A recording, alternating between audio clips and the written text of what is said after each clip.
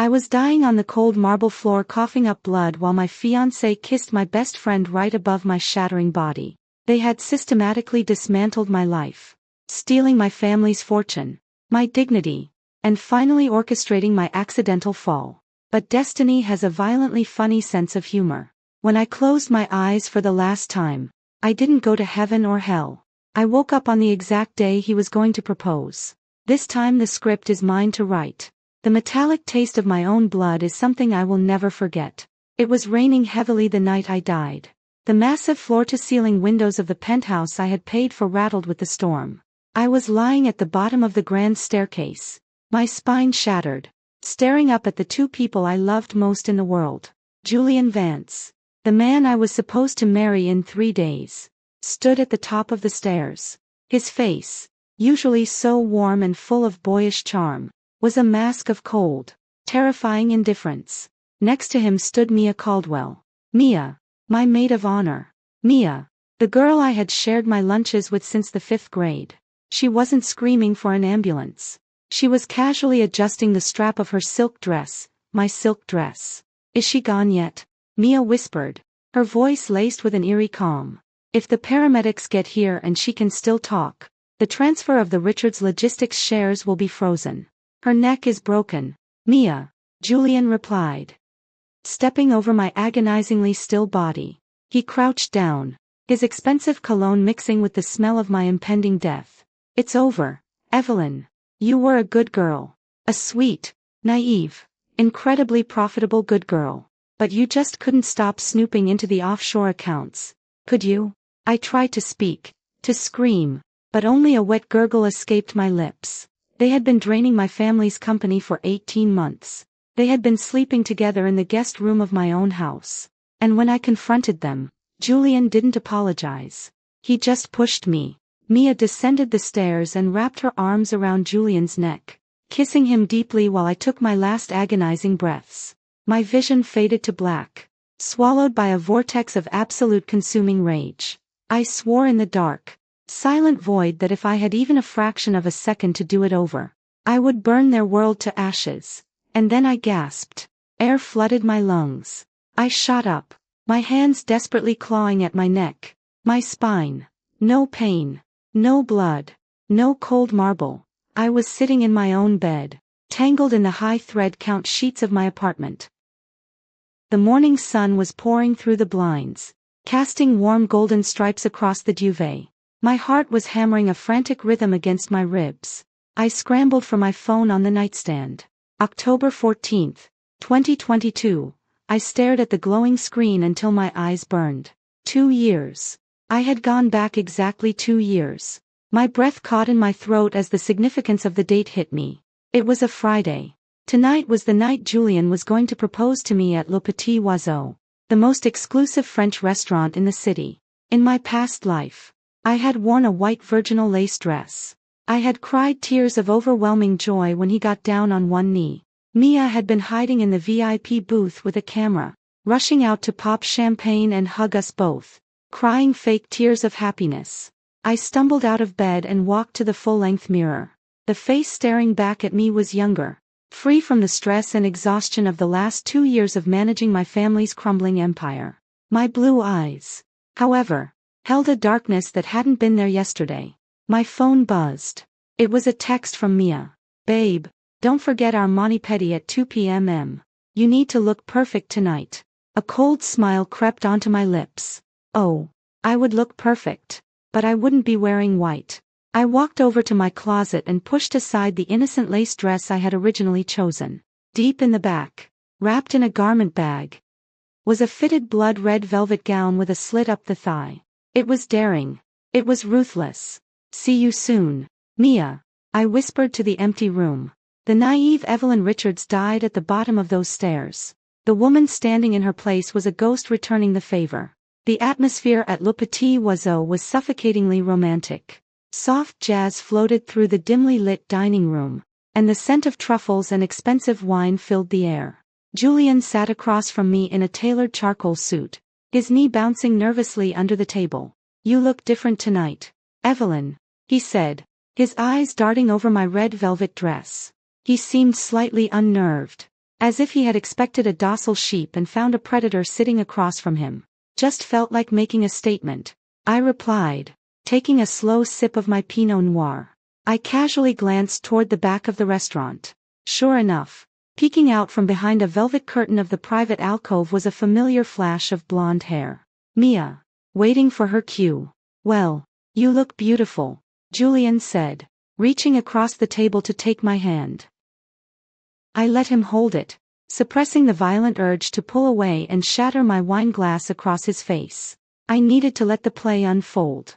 I needed maximum audience impact. The restaurant was packed with high society figures, socialites, and business partners of my father. Julian had chosen this venue specifically because a public acceptance from the heir of Richard's logistics would cement his status in the business world. Dinner passed in a blur of mundane conversation. Julian talked endlessly about his stressful day at the firm, playing the hard-working boyfriend. I just nodded, counting down the minutes. Finally, the waiter cleared our dessert plates. The jazz band shifted their tempo, playing our song, La Vie en Rose. Julian stood up. A hush fell over the surrounding tables. People began to turn their heads, sensing the impending spectacle. Julian walked around the table, his eyes locked on mine, projecting a look of profound adoration that made my stomach churn. He dropped gracefully to one knee. From the corner of my eye, I saw Mia step out of the alcove, her phone raised, recording the moment. Evelyn, Julian began, his voice projecting just enough for the surrounding tables to hear. Since the day I met you, my life has been filled with light. You are my rock, my partner, and my greatest love. I can't imagine spending a single day without you by my side. He reached into his jacket pocket and pulled out a velvet box, snapping it open to reveal a dazzling 3-carat princess-cut diamond. Will you do me the honor of becoming my wife? Silence hung in the restaurant. A few women at the next table sighed romantically. Mia took a step closer. A wide plastic smile plastered across her face. I looked down at the ring. In my previous life, I hadn't known that Julian had maxed out my secondary credit card, the one he had emergency access to buy it. I was literally buying my own engagement ring. I slowly stood up. I didn't reach for the ring. I didn't cover my mouth in shock. I looked down at him, my expression completely blank. Julian, I said, my voice carrying clearly across the quiet dining room. It's a beautiful speech. Did Mia help you write it? Julian's smile faltered, his brow furrowed in confusion. What? Evelyn, what are you talking about? I'm just asking.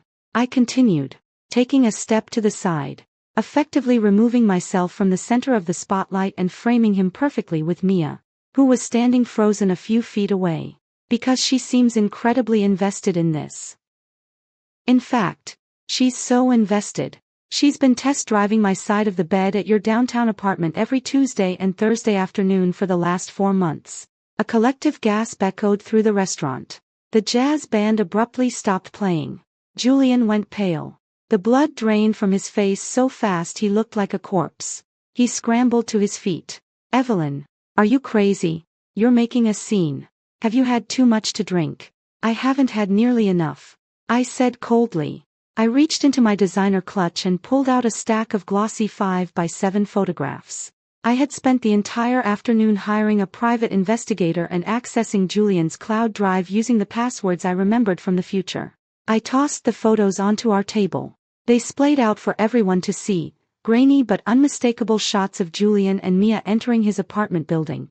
Screenshots of texts explicitly detailing what they did when I was busy at work. You can stop recording, Mia. I called out to my former best friend. She looked like she was about to faint, her phone trembling in her hand. Unless you want to capture the exact moment you get my sloppy seconds. Evelyn, please, Julian begged, stepping toward me, his facade crumbling into genuine panic. This is a misunderstanding. I can explain. Explain what? I snapped, my voice finally rising, filled with the righteous fury of a woman who had literally died for his greed. That you're sleeping with my best friend? That you bought that ring using my credit card? Keep the ring, Julian. Give it to Mia. You two deserve each other. I turned on my heel, the red velvet of my dress sweeping dramatically across the floor. I didn't look back as I walked out the front doors of Le Petit Oiseau, leaving a wake of devastating whispers and ruined reputations behind me. The cool autumn air hit my face, and for the first time in 2 lifetimes, I felt completely, utterly free. The fallout from the restaurant was atomic. By Saturday morning, the photos had circulated through our entire social circle. My parents, who had initially been skeptical of Julian, were furious.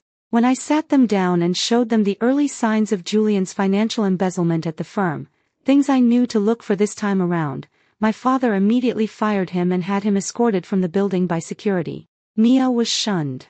She tried to call me 50 times, leaving voicemails crying about how Julian manipulated her.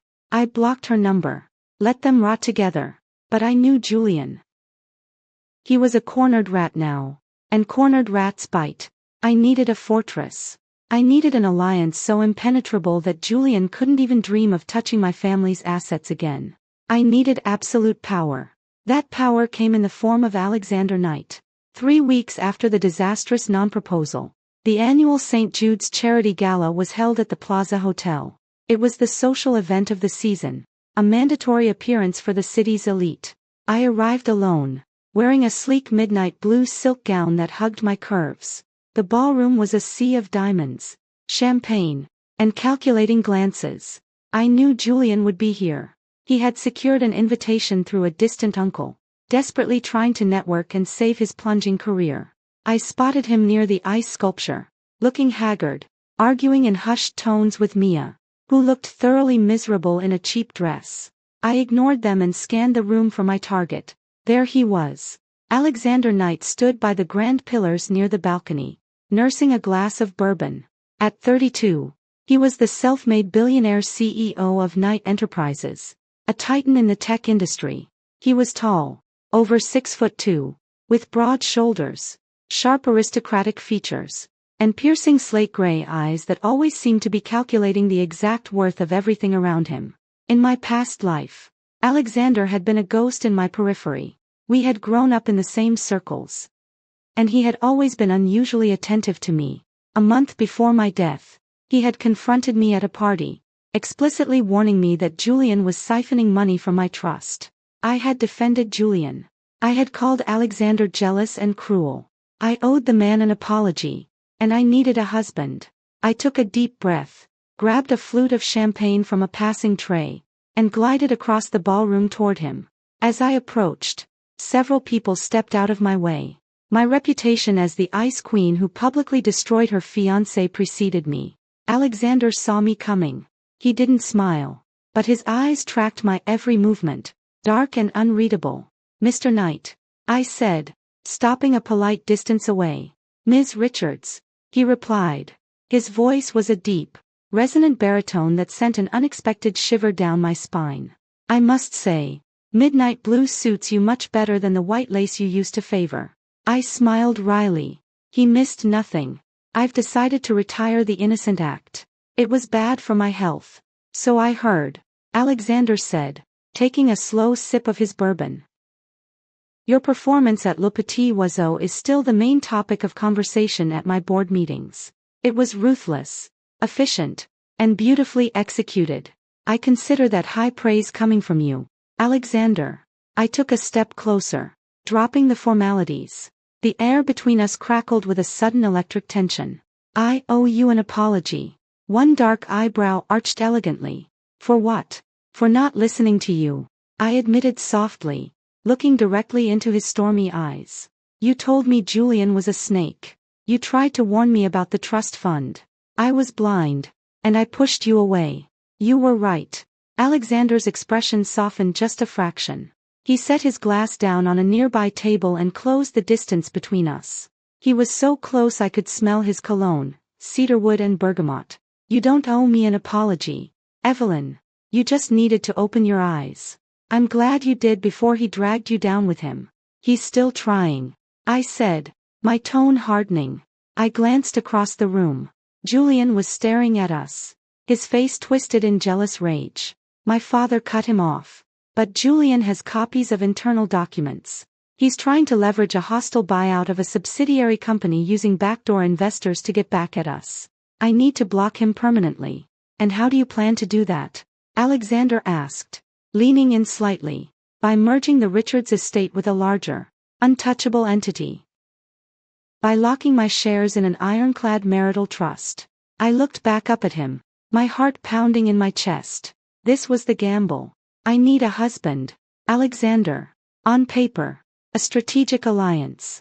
Alexander stared at me for a long, breathless moment. The music swelled around us. But all I could hear was the rushing of my own blood. Slowly. A dangerous, incredibly handsome smile spread across his face. He reached out, his warm fingers brushing lightly against my bare shoulder, making my breath hitch. I don't do on paper. Evelyn, he murmured, his voice dropping to a husky whisper meant only for my ears. And I don't do convenience. I've wanted you for 5 years. If I put a ring on that finger, it's permanent. You belong to me, and I destroy anyone who looks at you wrong. That's my counteroffer. Do we have a deal? The ballroom music faded into a dull roar in my ears. Alexander's hand on my shoulder was heavy, radiating a heat that grounded me in the present. This wasn't the afterlife. This was a war room disguised as a charity gala, and I had just been handed the nuclear launch codes. I looked up into his slate-gray eyes. There was no hesitation in them, no playful bluff. In my past life, I had dismissed Alexander Knight as an arrogant tech magnate who thought his wealth gave him the right to dictate my choices. Dying on a cold marble floor had drastically shifted my perspective. Now I saw the unyielding loyalty I had been too blind to recognize. Permanent, I repeated, letting the word roll over my tongue. The weight of it was terrifying, yet deeply intoxicating. You understand that Julian and his backers are playing dirty. They have forged accounting signatures. They are trying to bleed Richard's logistics dry before the quarterly earnings report. I don't care if he's backed by the devil himself, Alexander said, his grip on my shoulder tightening just a fraction before he let his hand drop to his side. I have enough liquid capital to bury his entire syndicate by breakfast, but I need the legal authority to intervene on your family's behalf. And I want you. That is the price. Deal. I breathed. A sharp, dangerous smile finally broke across his face. He didn't offer his arm. Instead, he slipped his hand to the small of my back, guiding me firmly toward the exit of the Plaza Hotel. We have an appointment with my legal team in 30 minutes. The speed at which Alexander operated was dizzying. We left the gala in his armored black Maybach, the city lights streaking across the tinted windows. The scent of leather and his cedarwood cologne filled the quiet cabin. I leaned my head against the cool glass, my mind racing. 2 days ago, I was planning a wedding with the man who would eventually murder me. Tonight, I was driving through Manhattan to sign my life over to a billionaire who claimed he had wanted me for half a decade. We arrived at the Knight Enterprises Tower in Midtown. The building was a monolith of glass and steel, entirely empty at this hour, save for the top-floor executive suite. Waiting for us in the boardroom was Gregory Walsh, a notoriously ruthless corporate attorney who charged $4,000 an hour. Beside him sat a public notary. The mahogany table was covered in thick stacks of legal documents, meticulously tabbed and ready for signatures. Ms. Richards, Gregory said, standing up and offering a brief professional nod. Mr. Knight informed me of the situation on the drive over. We have drafted a comprehensive marital trust agreement and a bulletproof prenuptial contract. I don't want a prenup, Alexander interjected coldly, shedding his suit jacket and tossing it over an empty chair. He walked to the head of the table and leaned over the documents. Gregory blinked, clearly caught off guard. Alexander, given the sheer volume of your personal assets, I said no. Alexander cut him off, his voice dropping an octave.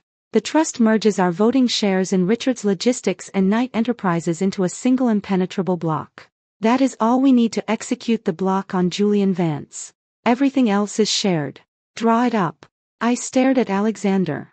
Without a prenuptial agreement, he was exposing billions of dollars of his own hard-earned wealth to a woman he was marrying out of spite and strategy. Alexander, you don't have to do that. I'm only interested in protecting my family's company. He turned to look at me, his eyes dark and intense under the recessed lighting of the boardroom. When I commit, Evelyn, I commit entirely. I told you I don't do convenience. If you are my wife, you are my equal in every single room we walk into. Sign the trust agreement. I picked up the heavy Mont Blanc fountain pen. The gold nib scratched against the thick parchment paper. With 5 strokes of my name, I secured a 51% supermajority of Richards Logistics, locking the shares away in a fortress that Julian Vance could never breach. The waiting period for a marriage license in New York is 24 hours, Gregory noted, checking his platinum wristwatch. I have a judge in my pocket who owes me a favor. We can have the private ceremony at City Hall by tomorrow at noon. Will that suffice to block the hostile takeover? It has to, I said, my knuckles turning white as I gripped the edge of the table. Julian called an emergency shareholder meeting for Monday morning. He's utilizing a proxy firm to aggregate the votes of the dissenting minority shareholders. If he gets a simple majority, he can oust my father as chairman and vote to sell the shipping routes to a private equity firm. Which firm? Alexander asked, pouring 2 glasses of scotch from a crystal decanter on the sideboard. He handed me one. The glass was heavy, the amber liquid burning beautifully down my throat. Kensington Global Management, I replied, citing the name I remembered from the documents Julian had hidden in our shared apartment. Julian is acting as the inside man. Kensington gets the logistics network for pennies on the dollar, and Julian gets a massive kickback and a seat on their executive board. Alexander let out a low, dark chuckle. Nathaniel Hughes runs Kensington. He's a bottom feeder who preys on vulnerable legacy companies. He's also currently over-leveraged on commercial real estate in Chicago. I think it's time I made a phone call to his creditors. The next 24 hours were a masterclass in tactical warfare. I didn't sleep. While Alexander sat in his home office orchestrating the financial ruin of Julian's silent partners, I sat on the floor of his penthouse living room poring over the internal audits I had managed to secure from my father's CFO. At exactly noon on Saturday, wearing a sharp-tailored white suit I had purchased that morning, I stood in a dusty judge's chambers at the municipal courthouse. There were no flowers. There were no bridesmaids holding my dress. There was only the low hum of the air conditioner, the scent of old paper, and Alexander standing beside me. Do you, Alexander Knight, take Evelyn Richards to be your lawfully wedded wife? The judge mumbled, clearly irritated to have been pulled away from his weekend golf game. I do, Alexander said. His voice was firm, resonant, and completely devoid of doubt. He slipped a ring onto my finger. It wasn't a gaudy 3-carat monstrosity bought on my own credit card. It was a flawless emerald-cut diamond set in simple, elegant platinum. It felt heavy. It felt real. And do you, Evelyn Richards, take Alexander? I do, I answered, my eyes locked on the man who had just saved my life. When the judge pronounced us married, Alexander didn't hesitate. He pulled me in by the waist and kissed me. It wasn't a polite, ceremonial peck. It was consuming, bruising, and deeply possessive, a physical brand that laid claim to everything I was. When he pulled away, my lips were tingling and I was entirely out of breath. Monday morning, Alexander murmured, his thumb brushing against my jawline. We end him. Monday morning arrived with the suffocating pressure of a summer thunderstorm. The executive boardroom of Richards Logistics, located on the 40th floor of the financial district, smelled of stale coffee and nervous sweat. My father, Arthur Richards, sat at the head of the long oak table, looking older than his 58 years. The betrayal of his future son-in-law had aged him overnight. Arrayed around the table were the 12 members of the board of directors. Some looked sympathetic. Others refused to make eye contact, clearly having already been bought by Julian's promises of quick wealth. I stood by the floor-to-ceiling windows, staring out at the hazy Manhattan skyline. I was wearing a charcoal gray power suit, the emerald-cut diamond catching the morning light. Alexander was not in the room. He was waiting. The heavy mahogany doors swung open at exactly 9 a.m. Julian strode in looking like a conqueror. He wore a brand new bespoke navy suit that I knew he couldn't afford on his own dime. Flanking him was a man I instantly recognized from the financial journals, Nathaniel Hughes, the ruthless managing director of Kensington Global. And behind them, clutching a leather portfolio and trying to look strictly professional, was Mia. My blood ran cold at the sight of her. The sheer audacity to show her face in my family's building after the public humiliation at Le Petit Oiseau was staggering. She avoided my gaze, taking a seat against the back wall. "Good morning, Arthur," Julian said smoothly, dropping a massive stack of legal binders onto the center of the table. He didn't even acknowledge me. "I apologize for the abrupt nature of this meeting, but given the recent volatility in the company's leadership, the shareholders felt immediate action was necessary." "You don't represent the shareholders, Julian," my father said, his voice tight with suppressed anger. "You were fired. You have no legal standing in this room." "Actually, he does," Nathaniel Hughes interrupted, leaning forward and resting his elbows on the oak table. He had the oily confidence of a man who was used to buying his way out of consequences. "Mr. Vance is sitting here as the official proxy representative for 42% of the minority shareholders. Furthermore, Kensington Global has acquired a 7% stake on the open market. That brings our voting bloc to 49%. A murmur rippled through the boardroom. 49%. It was a terrifying number. It meant they were only a fraction of a percent away from effectively controlling every major decision the company made. "We are proposing a vote of no confidence in current management," Julian continued, his eyes finally locking onto mine, a vicious smirk playing on his lips, "and an immediate transition of all logistical assets to the Kensington portfolio. We have the votes. Evelyn, your little stunt at the restaurant was cute, but this is the real world. You can't humiliate me and expect to keep your empire. Are you finished?" I asked, my voice calm, cutting through the tense silence of the room. Julian frowned. He had expected me to scream, to cry, to beg my father to do something. He hadn't expected the dead-eyed calm of a woman who had already watched him steal everything she loved. "Call the vote, Arthur," Julian demanded, ignoring me. "Let's get this over with." "There won't be a vote," I said, stepping away from the window and walking slowly toward the center of the room. I picked up the top binder from Julian's stack and ideally flipped it open. "Because your 49% is mathematically irrelevant," Julian scoffed.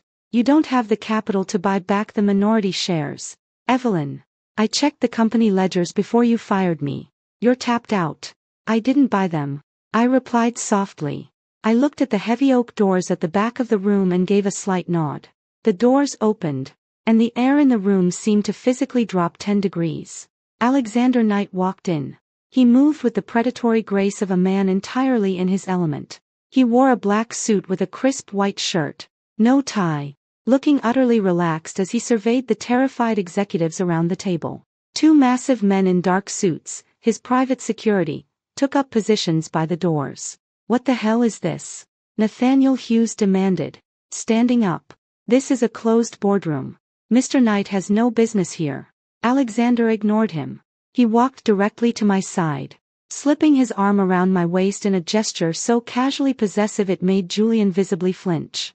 "Mr. Hughes," Alexander said, his voice a low, threatening rumble that carried effortlessly across the room. "I suggest you sit down before I make that phone call to Deutsche Bank regarding your delinquent loans on the Fulton Street property. You are currently trespassing in a building owned by my wife's family." Julian stared at Alexander's arm around my waist. Then his eyes darted to my left hand, catching the flash of the platinum ring. All the blood rushed out of his face. "Wife," he choked out. You married him in 3 days. A strategic alliance." "Julian," I mocked, throwing his own business terminology back in his face. "Effective Saturday morning, my personal voting shares, along with my father's, were transferred into a consolidated marital trust, managed jointly by Knight Enterprises. We hold a combined 51% supermajority. Your proxy votes are completely useless. You have zero power here." The silence in the room was absolute. You could hear the faint hum of the city traffic 40 floors below. Nathaniel Hughes was the first to react. He looked from Alexander to Julian, his face twisting in disgust. He grabbed his briefcase. "You told me the Richards family was isolated. You told me the daughter was a clueless socialite who wouldn't know a hostile takeover from a hole in the ground." "Nathaniel, wait. We can still fight this in court," Julian pleaded, reaching out. "We are done." "Vance," Hughes spat. You just cost me 50 million in legal fees and market positioning.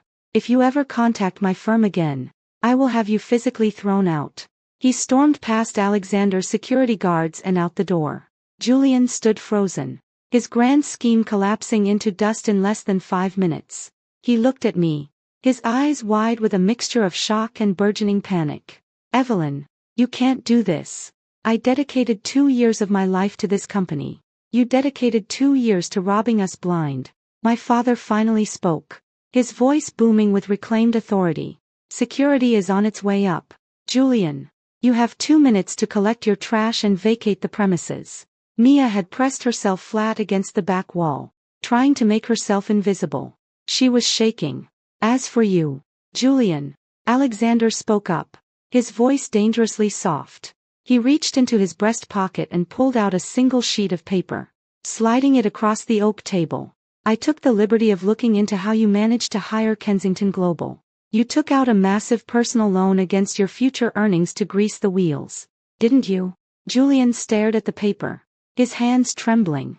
I bought that debt at 8 a.m. this morning, Alexander stated, his slate-gray eyes pinning Julian to the spot. You owe Knight Enterprises $8.5 million, payable immediately.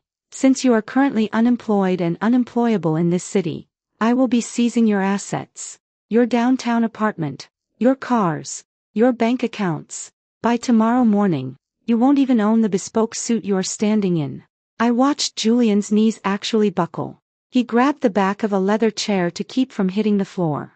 He was breathing heavily, his eyes darting frantically around the room, looking for a way out, for a sympathetic face. He found none. Get out of my building, I whispered, the words carrying the full weight of the cold marble floor I had died on. As Julian and a weeping Mia were forcefully escorted out by the security team, Alexander turned to me. The ruthless corporate raider vanished, replaced by a man looking at me with a profound, terrifying devotion. The board is yours, Mrs. Knight, he said softly. We had won the battle. But as I watched Mia's desperate, venomous glare through the glass doors before she disappeared into the elevator, I knew the war was far from over. The transition from my independent, albeit fractured, life into Alexander Knight's world was not a negotiation. It was a total eclipse. By Tuesday evening, 24 hours after the hostile takeover collapsed, a team of professional movers had packed up my Upper East Side apartment and relocated my entire existence to Alexander's triplex penthouse in Tribeca. I hadn't asked him to do this. I had merely mentioned that my security system felt inadequate given Julian's erratic state. 2 hours later, Alexander had simply nodded, made a single phone call, and my lease was terminated. Standing in the center of his massive living room, I felt a strange sense of vertigo. The space was intimidatingly beautiful, characterized by dark charcoal walls, brushed steel fixtures, and floor-to-ceiling windows that offered an unobstructed, vertigo-inducing view of the Hudson River. It smelled of expensive leather, old paper, and the distinct crisp cedarwood scent that Alexander always carried with him. You didn't have to orchestrate a military extraction, I said, watching as his housekeeper, a stern older woman named Mrs. Higgins, directed men carrying my garment bags up the floating glass staircase. Alexander was standing by the marble kitchen island, unbuttoning his cuffs. He poured a measure of bourbon into a heavy crystal tumbler. Julian Vance is desperate, Evelyn. Desperate men do not respect standard deadbolts or doormen who can be bribed with $100 bill. You are my wife. You sleep where I can guarantee your absolute safety. He walked over and handed me a glass of sparkling water with a twist of lime, exactly how I preferred it after a long day. It was a minor detail, but it sent a startling jolt through my chest. He remembered. This is a lot to process, I admitted, wrapping both hands around the cold glass. 3 days ago, I was bracing myself for a war of attrition. Now I'm standing in a $60 million fortress wearing a wedding ring. Alexander stepped closer. The sheer physical presence of him was overwhelming. He reached out, his knuckles brushing lightly against the side of my neck, sending a cascade of heat down my spine. The war is over. I wiped him off the board. Now we build. Before I could respond, my phone buzzed violently on the glass coffee table. The screen lit up with an unsaved number. I ignored it, but it immediately rang again. And again. I set my drink down and snatched the phone. Hello? Evelyn. Oh God. Evelyn. Please don't hang up. The voice was shrill, trembling, and instantly recognizable. Mia. My grip on the phone tightened so hard my knuckles popped. How did you get this number? I asked, my voice dropping to a dead, icy monotone. I had changed my primary contact information that morning. I begged your father's secretary. Mia sobbed. The sound of her crying, which used to elicit an immediate protective response from me, now just sounded like fingernails dragging across a chalkboard. Evelyn, please. I have nowhere to go. Julian, he went crazy after the board meeting. He trashed the apartment. He blamed me for the photos at the restaurant. For everything. He took whatever cash I had and left. My credit cards are bouncing. I can't even afford a hotel. I closed my eyes, briefly transported back to the cold marble floor of my previous life. I saw her adjusting her silk dress, calmly waiting for me to stop breathing so she could secure my shares. Are you asking me for money, Mia? I asked, a cruel smile touching my lips. Alexander, sensing the shift in my posture, stepped up directly behind me.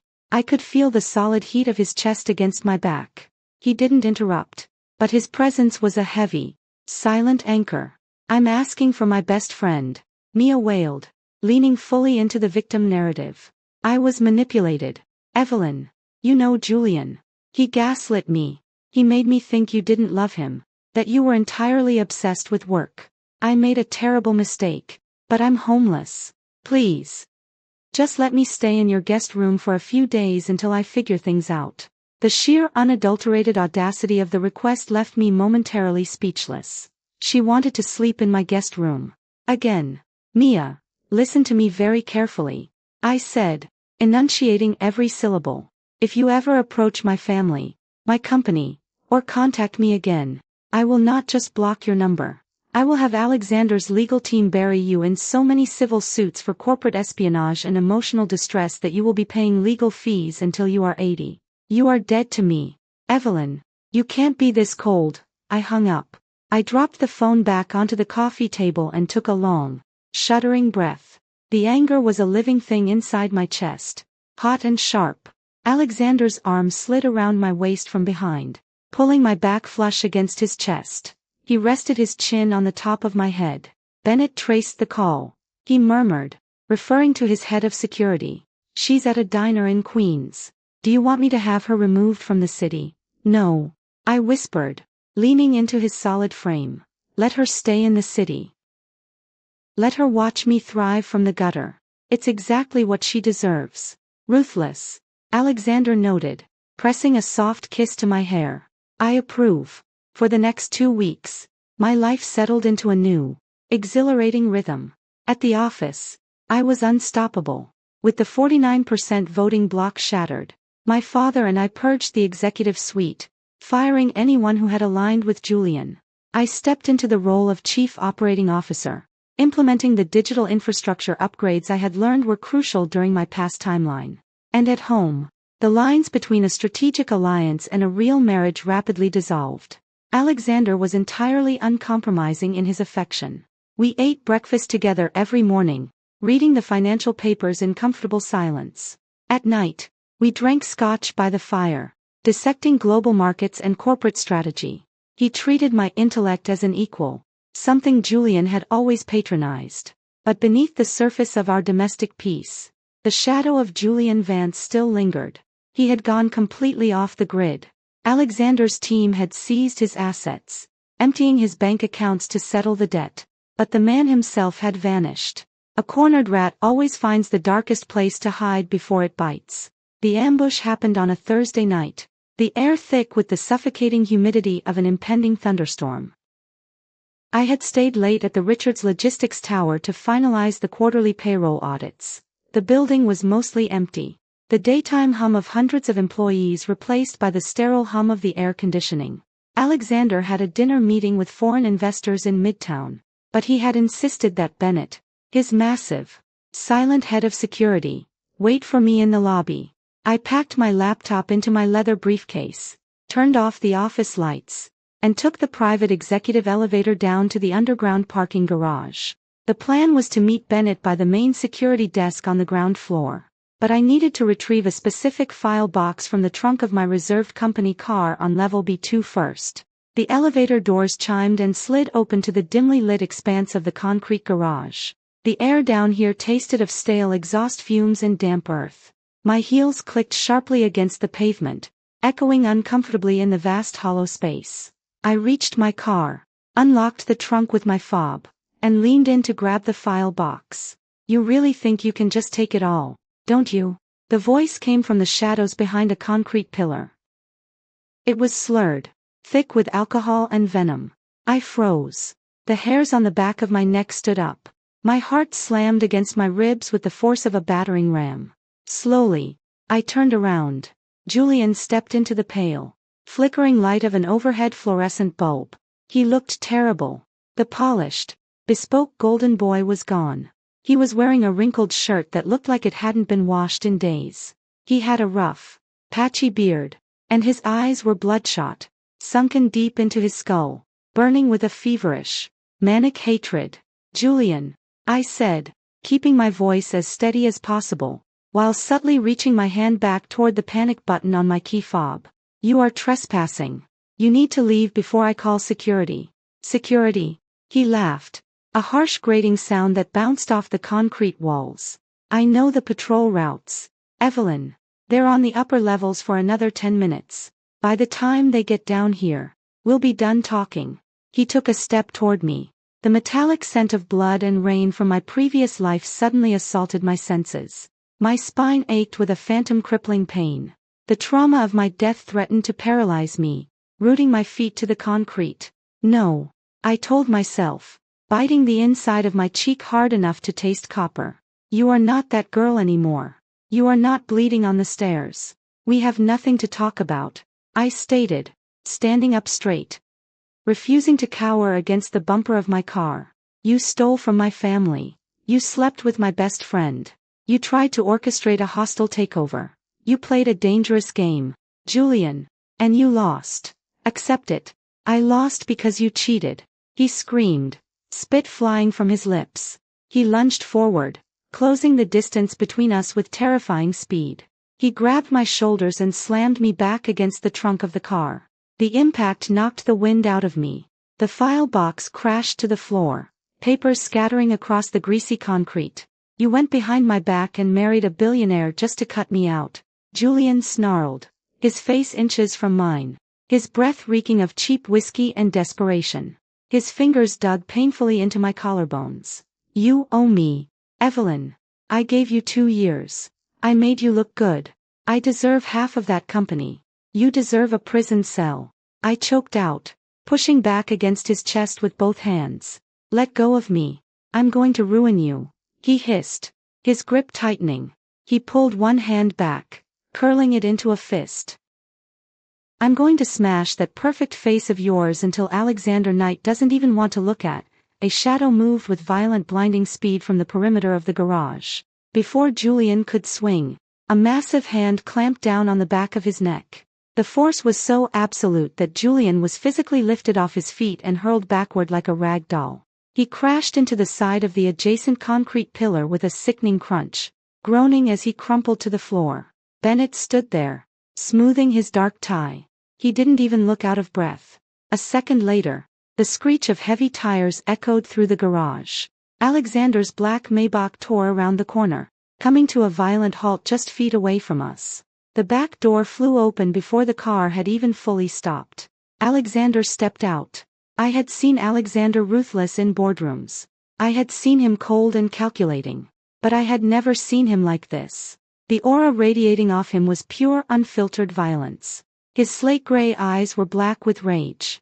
He bypassed me completely, walking straight toward where Julian was struggling to push himself up off the concrete.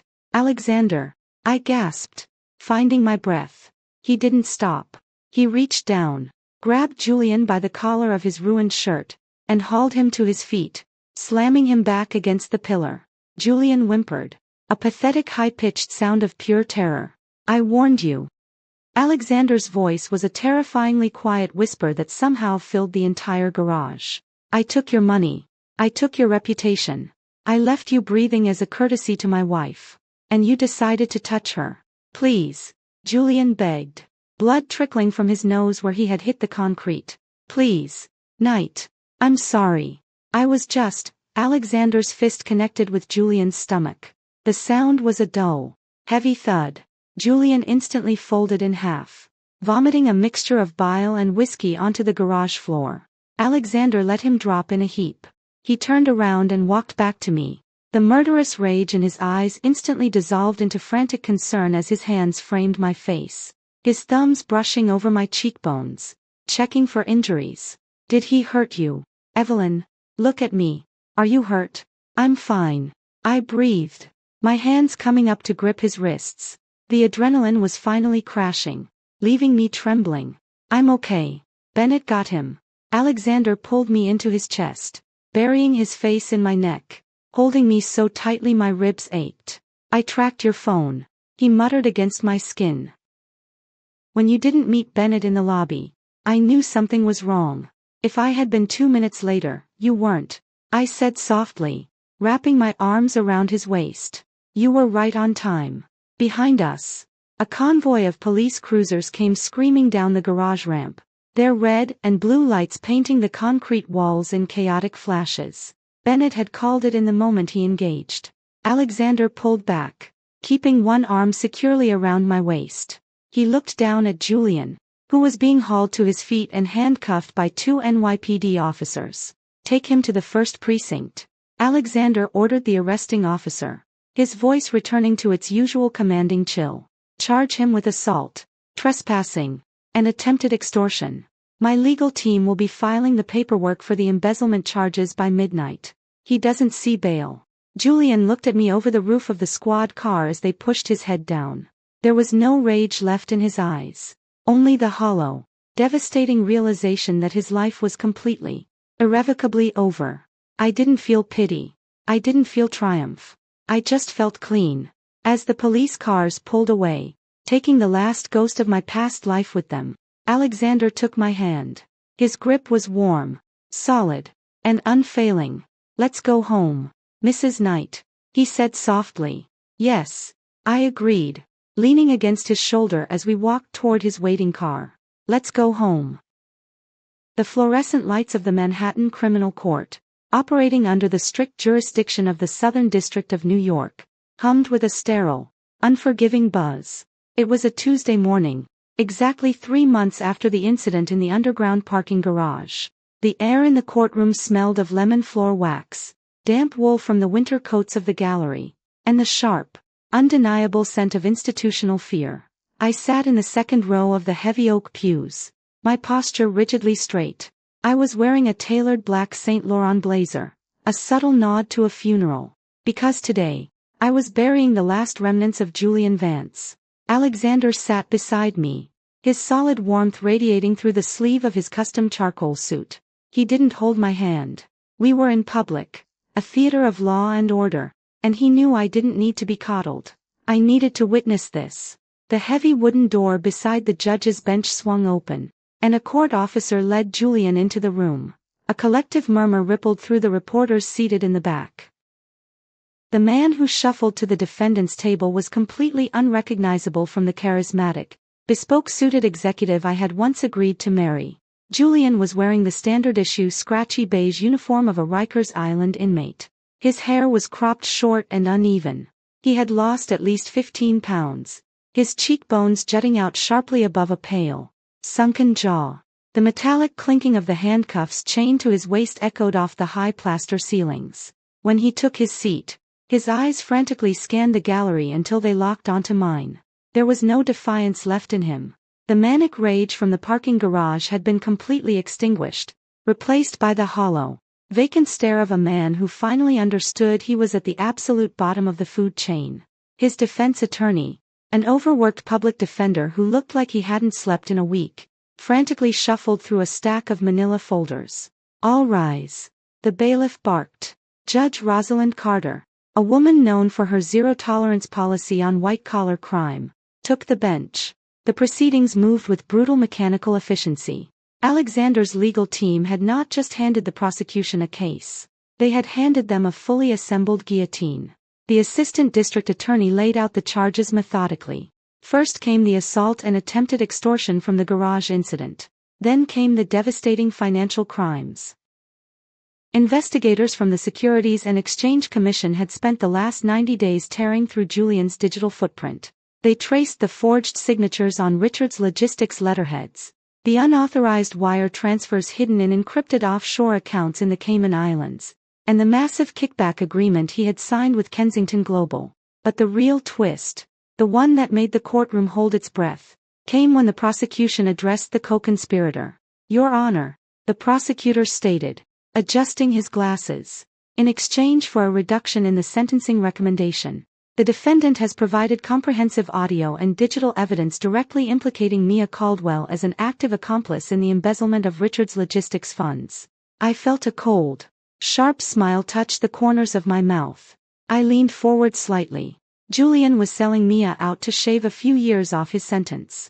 He had recorded their arguments in his apartment, arguments where Mia explicitly discussed falsifying my expense reports and delaying the paramedics the night I originally died. While the physical assault of my past life never happened in this timeline, the intent to defraud and her active participation in the financial cover-up were permanently logged on Julian's personal cloud drive. A sharp gasp echoed from the back of the courtroom. I didn't have to turn around to know Mia had shown up, likely hoping to sell a tragic wronged woman narrative to the Bloomberg News reporters loitering by the doors. Two court officers immediately moved down the center aisle. "Mia Caldwell," one of the officers announced, his hand resting on his utility belt. "We have a warrant for your arrest regarding conspiracy to commit wire fraud." Mia didn't go quietly. As the officer snapped the handcuffs onto her wrists, she began to scream, her voice cracking with pure hysterical panic. "No, I didn't do anything. Julian made me do it. Evelyn, tell them." I didn't turn my head. I kept my eyes locked on the judge's bench, my expression completely blank. I listened to the frantic scrambling of her high heels against the marble floor as she was physically dragged out of the courtroom, her cries fading into the heavy oak doors. 52 months. Judge Carter's voice boomed, cutting through the residual noise. She banged her gavel. "For the charges of grand larceny, corporate embezzlement, and aggravated assault, Mr. Vance, you will serve your time in a maximum security federal penitentiary. No possibility of early parole." Julian slumped forward in his chair, his head hitting the wooden table with a dull thud. He began to sob, a pathetic broken sound. "It's done," Alexander murmured, finally shifting his weight. He leaned in, his lips brushing the shell of my ear. "Are you satisfied?" "Almost," I whispered back, standing up and smoothing the lapels of my blazer. "Take me to the office. We have an empire to run." The aftermath was swift and merciless. Mia's attempt to leverage her story to tabloids backfired spectacularly. Once the SEC charges went public, no reputable outlet would touch her. And Alexander's legal sharks threatened immediate crippling defamation suits against any gossip blog that printed her name. 6 weeks later, I was sitting in the back of Alexander's Maybach, stopped at a red light in Queens. It was pouring rain. I looked out the tinted window and saw a familiar blonde figure wrestling with heavy dripping garbage bags outside a rundown diner on Queens Boulevard. She was wearing a grease-stained uniform, her face washed out and miserable in the harsh neon light of the open 24-hour sign. I rolled the window down just an inch. The smell of wet asphalt and frying grease drifted into the luxurious leather cabin of the car. I watched her struggle with the heavy bags, tearing, spilling wet coffee grounds over her cheap canvas shoes. She paused, wiping rain and grime from her face, and looked up. Her eyes met the tinted glass of my window. She couldn't see me in the dark interior, but she stared at the Maybach, knowing exactly the kind of power it represented. The power she tried to steal. The light turned green. I rolled the window up. I never looked back. A year is a strange measurement of time. In my past life, it was exactly how long it took for Julian and Mia to systematically dismantle my sanity and my fortune. In this life, 1 year was all it took to conquer the world. It was October 14th, The exact calendar date I had died on the cold marble floor of my old penthouse. Instead of a thunderstorm, the morning broke with brilliant blinding sunlight.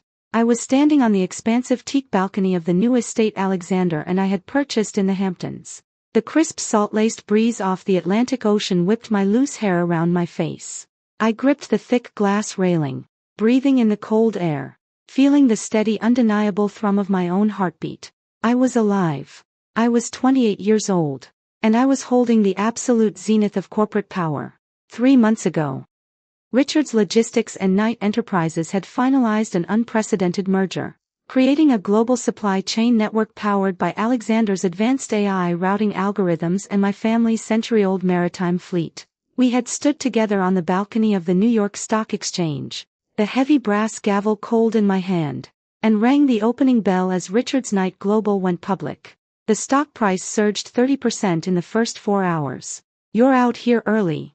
I turned. Alexander stepped onto the balcony holding 2 ceramic mugs of black coffee. He was wearing dark sweatpants and a fitted gray t-shirt, looking casually devastating in the morning light. The stark, ruthless billionaire who terrorized boardrooms vanished the moment we crossed the threshold of our home. With me, he was fiercely protective, endlessly patient, and deeply rooted. He handed me a mug. The heat of the ceramic seeped into my palms. "I was just thinking about the date," I said, looking back out at the crashing waves. I had never told Alexander the truth about my timeline. It was a secret I would carry to the grave. But he knew enough to understand that today held a heavy, dark significance for me. Alexander stepped up behind me, wrapping his free arm tightly around my waist, pulling my back flush against his chest.